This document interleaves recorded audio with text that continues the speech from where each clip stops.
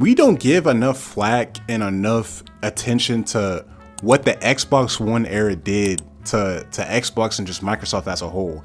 Microsoft, like, there's no way they're happy about what the Xbox brand has been since the Xbox One. Even before it came out, when they announced the consoles, everybody was saying they're gonna move to PlayStation, and people are still on PlayStation. It wasn't like the 360 guys went to PS4 and then came back to Xbox Series. No, the 360 guys that grew up playing COD, grew up playing Gears, as you see, Halo, they're still on PlayStation because PlayStation is more of the multiplayer console now than what Xbox was. PlayStation has, the bigger fan base, and on top of that, they have an identity. They have exclusives. Xbox has been missing with their exclusives. It's the truth. They've missed with Gears 4, Gears 5. Those weren't they weren't a big enough impact as the first 3 in the series. Halo has been ass since Halo 3, Halo Reach for sure. Halo 4, people say that game's the worst Halo ever. And then 5 was like they changed the whole, movement and gunplay of Halo. So all these things on top of each other. Phil Spencer goes out and buys a bunch of studios, some really, really great studios who made great games over these last few years. They haven't made the money back. They've made great quality games. The High Five Rush, South of Midnight, Hellblade, all these great games that came out from these great studios, but nobody was buying these games. Everybody was playing these games on, Game Pass and all that. So Microsoft is looking at Xbox as like, you're making great quality stuff, but we're not seeing the return back financially. And that's like, Microsoft is probably in a position where they're at right now where it's like, why even keep Xbox under us? We can just sell Xbox for X amount of $1 billion to an investor and make our money back that way. Phil Spencer bought Activision Blizzard for $60 billion, but I don't think he was fully aware that like COD wasn't in the spot it used to be in. If this was NW2, NW3, Black Ops 1 era for 100, nigga, I would have been on 360 for 100, like 100%. Like that would have been insane. But you bought COD when they dropped Black Ops 6? Like that's just crazy. Like Phil needs to get more flack and attention for what he did, because yes, he revived the brand, but also at the same time sabotaged the brand and brought it back to a state where it's like, it's over for Xbox being on Microsoft. I wouldn't be surprised if Microsoft sold Xbox within the next few years. What's good, YouTube? It's NoWayJeric, and I'm back with another video. You see Gears of War on the screen because yes, we're gonna be talking about Gears of War, but not only that, we're gonna be talking about Microsoft and Xbox as a whole. The brand that, I'm a newly found Xbox fan. I got my Series X and my S. I've been a Game Pass shill for the past like 4 or 5 years. Love Game Pass. Some of the best games I've played in this decade, I played on Game Pass. But that doesn't excuse what Xbox has been and what the shitty moves they've been making the past few years. I can't believe they had one of the best showcases this year, by the way, the Xbox showcase, Gears of War E! Direct. They showed all these great games, Hellblade 3, Gears of War, Fable. And then the next week after that, they lay off fine studios. They laid off the South of Midnight people. What? Why? Like what? You had them show their game. The Hellblade devs. I can't remember the names. I'm sorry. The Hellblade devs show off Hellblade 3, and mind you, Hellblade has a really like cult fan base. Hellblade 1, amazing game. I didn't play Hellblade 2 that much, but Hellblade 3 looks like a banger. You show that game off, people are excited for the game, and then you lay them off the next week. Like, what is going on with management at Xbox? I feel like it's just a clusterfuck of shit, all starting from like 2013, 2014 with the Xbox One. Then even with Phil, and I love Phil Spencer. He was a gamer. He revived the Xbox brand, but even he made a lot of questionable moves. Phil definitely did a great job of not only reviving Xbox, but trying to get their identity back, dropping Gears and Halo all on Game Pass, Master Chief Collection. I don't think he was a part of that, but dropping Halo Infinite surprise drop Halo Infinite, one of the biggest games of 2021. People were really fucking with Infinite. Halo Infinite could have been like the comeback, like the ignition, the catalyst for Xbox coming back. And they had us for a moment. They had us in 2021. Playing Halo Infinite in 2021 and 2022 made me become an Xbox fan. Like, I didn't even play the past Halos like that. Like, I played Reach a little bit, but Infinite was so damn good when it first came out. but it only lasted 6 months, maybe. Like it did, like they should have had three, and that's credit to the 343. That's what I'm saying. It's a clusterfuck. There's so many different, you know what I'm saying, reasons why, you know, Xbox is where they are right now. But 343, you had some special with Infinite, but they just didn't make content for it. They let the game die. Competitive was, you know, there's cheaters now, hackers now. You had us for a moment. Like you did have us. You bring COD back, you buy Activision Blizzard. If they maybe would have made it exclusive, I don't know how that would have turned out, because, you know, Activision Blizzard, they want to make the most money they can. It's Activision. Making it exclusive to Xbox, I don't know how that would have been, like how the reaction would have been.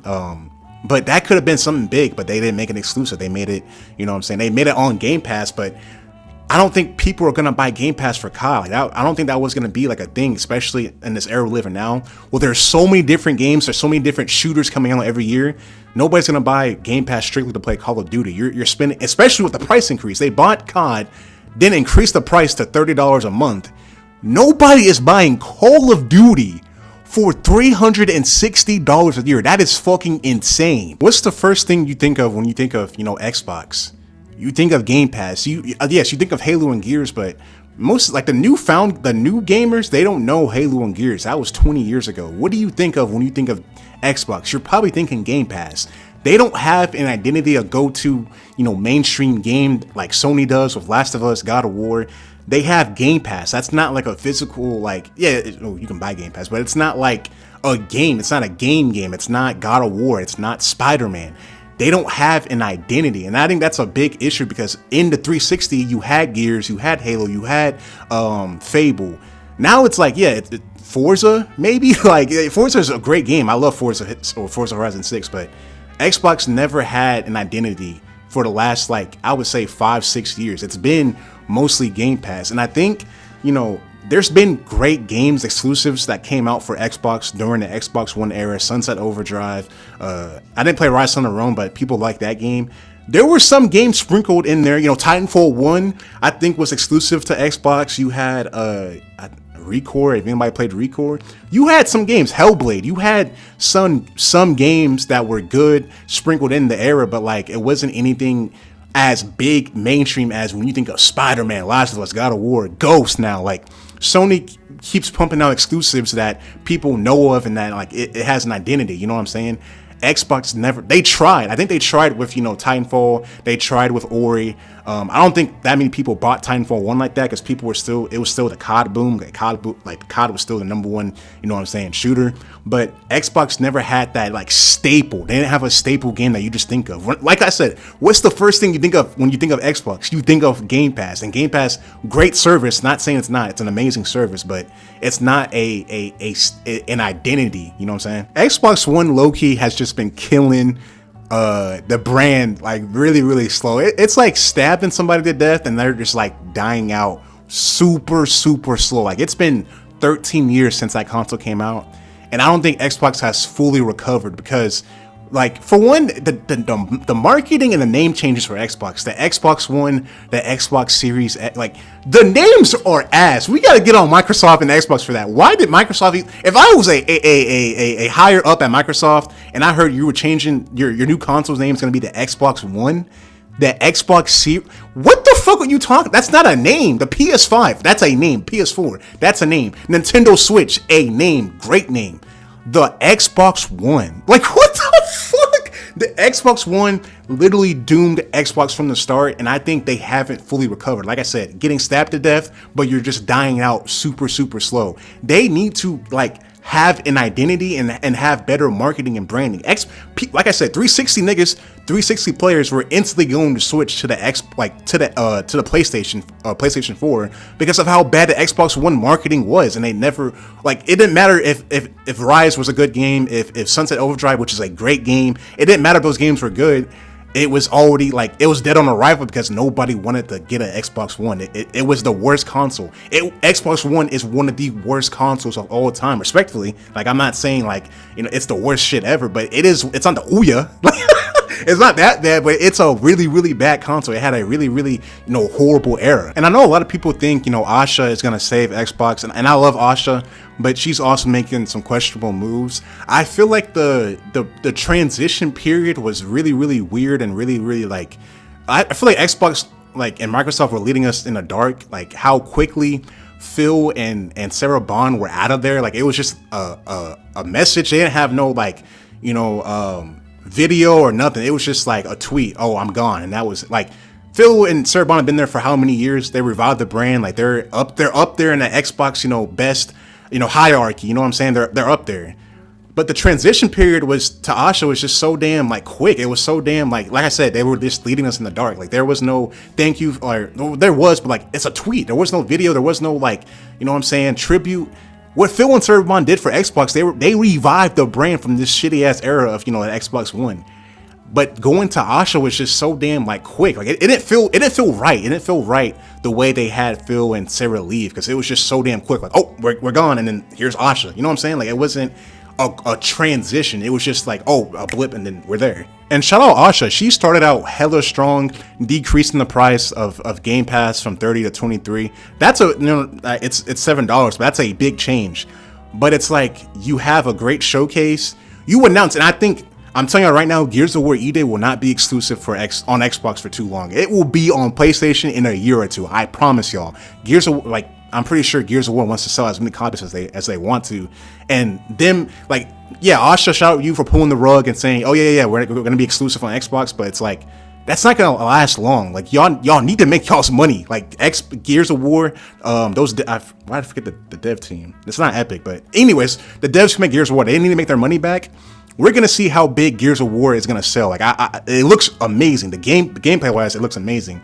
But we're gonna see if Gears of War is still in, like, you know what I'm saying, if it's still mainstream, if it's still popular enough to have, you know, the newer players hop on, the casual fan base. There's no wall bouncing, so it's not gonna be an insane skill gap like off the rip. Like it's gonna be a casual game for a lot of players. We're gonna see how big Gears of War can be, and if they can, you know, get Xbox an identity. Because if it's not, that shit will be, if Gears of War isn't the best, one of the best selling games this year, like exclusively on Xbox, it will be on PlayStation in within 6 months to a year. Come back to this video if I'm right. That shit will be on PlayStation as soon as possible, because they need to make their money. Like we got to see how popular and how much niggas still want Gears. If it's not a top selling game, I don't know what Xbox gonna have. Like, hopefully Fable can do that shit too, but I don't know what the fuck they're gonna do with Gears of War. Like, hopefully not. I God forbid. Hopefully, but I don't know what they're gonna do if Gears of War E-Day like flops. If people don't care about Gears of War anymore, like if we're just on this game for a month or two and we just hop off, which I feel like it's gonna be, because like I said earlier, there's so many different games out now. This isn't 2013 anymore. There's so many different games to play.